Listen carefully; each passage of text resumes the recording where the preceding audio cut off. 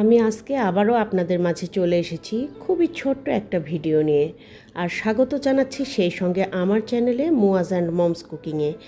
তো বন্ধুরা, আজকে আমি খুবই সহজ নিয়মে কিভাবে শিং মাছ বা মাগুর মাছ যেটাই বলেন মাছ পরিষ্কার করে নেব সেটা আপনাদের সঙ্গে শেয়ার করছি।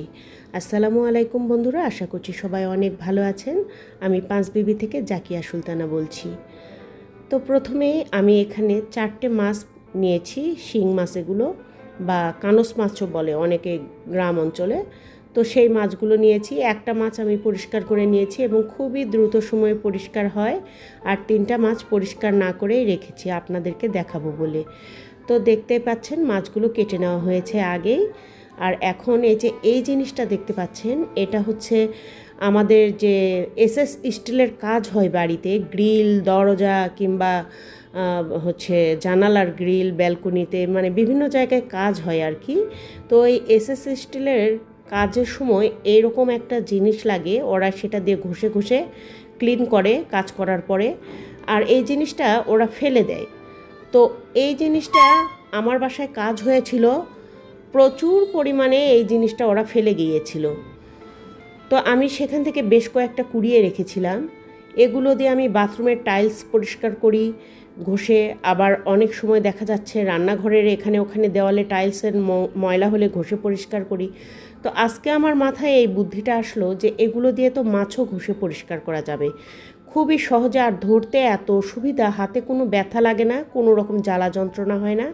দেখতেই পাচ্ছেন আমি আপনাদের সামনে কি সুন্দর করে ভিডিওটা একদম না বন্ধ করে দেখাচ্ছি, একদম ভিডিওটা মানে ক্যামেরা না অফ করে দেখাচ্ছি, ননস্টপ দেখাতেই আছি।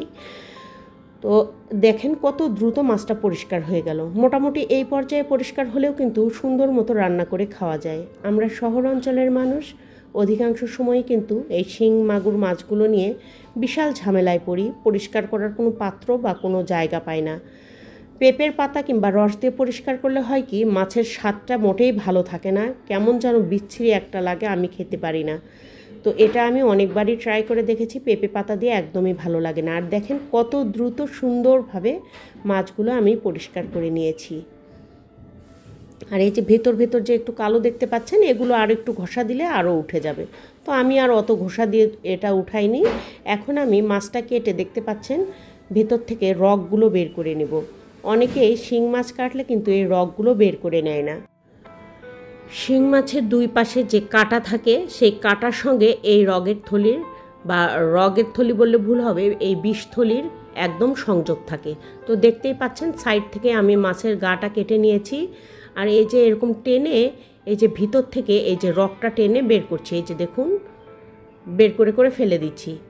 তো এই রগটা থাকলে নাকি আমার মা বলে যে গায়ে বিষ ব্যথা, মানে যাদের বাত আছে আর কি, বা গায়ে ব্যথা, শরীরে ব্যথা করে বিভিন্ন অংশে, সেগুলো নাকি বেশি জাগ্রত হয় বা জেগে ওঠে। তো এই বিষথলিগুলো ফেলে দেওয়াই ভালো। তো সেই জন্য মাছ কাটলে এরকম গা চিরে চিরে এই যে বিষের যে থলিটা, এই যে দেখতে পাচ্ছেন রগের মতো, কেঁচোর মতো একদম লাগে, যেটা সঠিকভাবে বললে যেটা বলা হয় আর কি। তো সেগুলো টেনে ফেলে দিতে হয়। এই যে ছোট ছোট পিস করেও আপনারা কেটে নিতে পারেন, আবার চাইলে বড় মাছ কেটে, মানে আস্ত মাছ কেটে সাইড থেকে বের করে নিতে পারেন।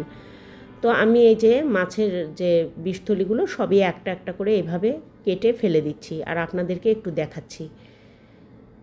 দেখুন কতটা মোটা এটা, এই থলিটা, ভিতরে প্রচুর পরিমাণে বিষ থাকে। একদম সাপেরও কিন্তু এরকম বিষথলি থাকে। এটা শুনতে খারাপ লাগলেও সত্যি। তো দাঁতের সঙ্গে সংযোগ থাকে সেই বিষথলির, সাপের, বিষাক্ত সাপের। আর শিং মাছের থাকে কাঁটার সঙ্গে। তো এই যে এটা বড় মাছ, আস্ত একটা মাছ কেটেছি। আর দেখুন আস্ত বিষথলিটাই আমি এইভাবে টেনে বের করে নেব। এই যে দেখতে পাচ্ছেন তো কতটা বড়। তো সবগুলো কেটে এই যে এরকম ফ্রেশ করে ধুয়ে পরিষ্কার করে নিয়েছি। আর আমার বাড়ির কর্তার হুকুম, আজকে কাঁচকলা দিয়ে শিং মাছের ঝোল খাবে পাতলা করে। তো সেই জন্য এখানে আমি 3টা কাঁচকলা নিয়েছি আর 3টা কাঁচকলা সুন্দর করে কেটে নেব।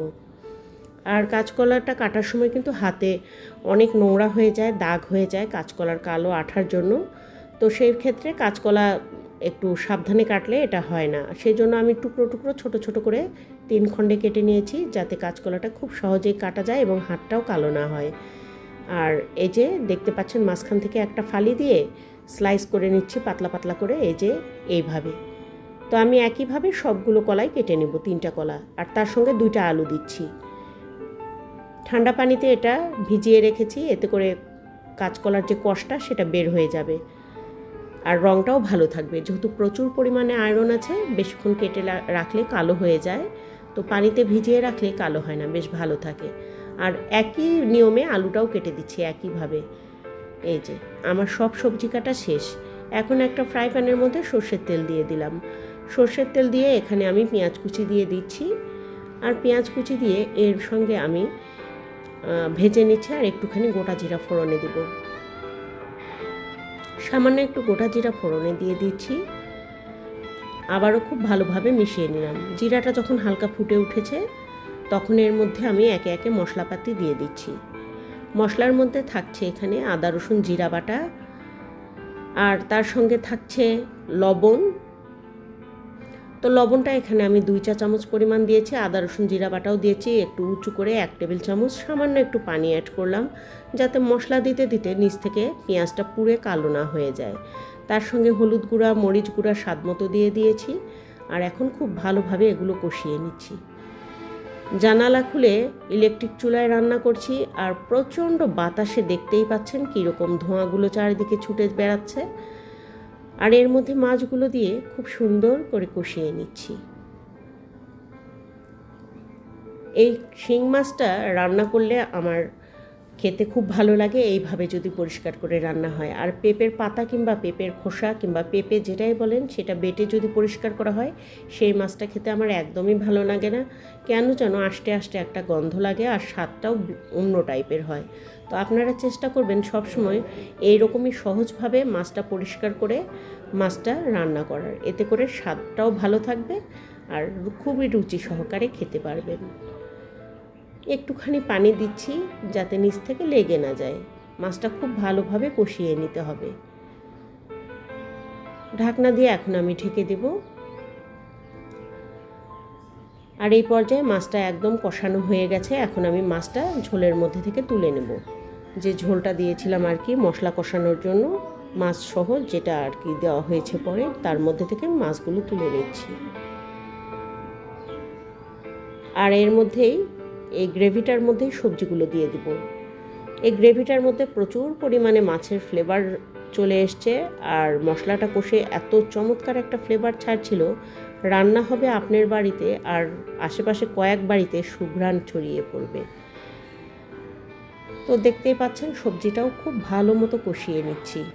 কষানোর সময় কার্পণ্য করা যাবে না, অল্প অল্প করে পানি দিচ্ছি আর একটু করে কষিয়ে নিচ্ছি যাতে নিচ থেকে পুড়ে না যায়। আর ঢাকনা দিয়ে ঢেকে এরকম ঢাকা চাপা দিয়ে দিয়ে সবজিটা সেদ্ধ করে নিয়েছি। এখন একটা টমেটো ছোট ছোট করে কেটে এর সঙ্গে মিশিয়ে দিয়ে আবারও খানিকক্ষণ কষিয়ে নিচ্ছি। খুব ভালোভাবে কষিয়ে নিতে হবে। দেখতেই পাচ্ছেন চেহারাটা কি সুন্দর হয়েছে এখন সবজির। তো ঢাকনা দিয়ে ঢেকে দিলাম। আর এখন এই পর্যায়ে একদম কষানো শেষ, আমি ঝোলের জন্য পানি দিয়ে দিচ্ছি। সবজিটা খুব ভালোভাবে সিদ্ধ হয়ে গেছে। মাছটা দিয়ে দিলাম, আর মাছের বাটিটা ধুয়েই আমি এখানে পানি দিয়ে দিচ্ছি। আরও খানিকটা ঝোল দিয়ে দিব, কারণ কাঁচকলার তরকারিতে ঝোল আবার পরে টেনে যায়। তো দেখতেই পাচ্ছেন ঝোলটা দেওয়া একদম কমপ্লিট হয়ে গেছে। চুলার জালটা জ্বলছে রীতিমতো। আর একটু লবণ কম হবে ভেবে অ্যাডজাস্ট করার জন্য আর একটু লবণ দিয়ে দিলাম। আর খুব ভালোভাবে এটা 15-20 মিনিট ফুটিয়ে নেব মিডিয়াম হিটে। তারপরে এই যে ঢাকনা দিয়ে ঢেকে রেখেছিলাম, দেখুন রান্নাটা কমপ্লিট হয়ে গেছে। চুলাটা অফ করে দিয়েছি, আর উপর থেকে এখন ভাজা জিরার গুঁড়া ছড়িয়ে দিচ্ছি, আর ঢাকনা দিয়ে ঢেকে দমে রাখবো কিছুক্ষণ। তো বন্ধুরা, এই ছিল আমার আজকের ভিডিও এবং রেসিপি যেটাই বলেন। ভালো লাগলে ছোট্ট একটা লাইক দিয়ে সাথে থাকবেন, কমেন্টে জানাতে পারেন আপনাদের কেমন লেগেছে। আর সেই সঙ্গে চ্যানেলটি সাবস্ক্রাইব করা না থাকলে সাবস্ক্রাইব করে দিয়ে পাশে থাকা বেল আইকনটি বাজিয়ে অল অপশনে একটা ক্লিক দিয়ে দিতে পারেন। এতে করে আমার সকল নিত্য নতুন ভিডিও আপনাদের কাছে আগে ভাগেই পৌঁছে যাবে। আর যারা কাজটি আগেই করেছেন তাদেরকে জানাচ্ছি ধন্যবাদ। সবাই ভালো থাকবেন। আল্লাহ হাফেজ।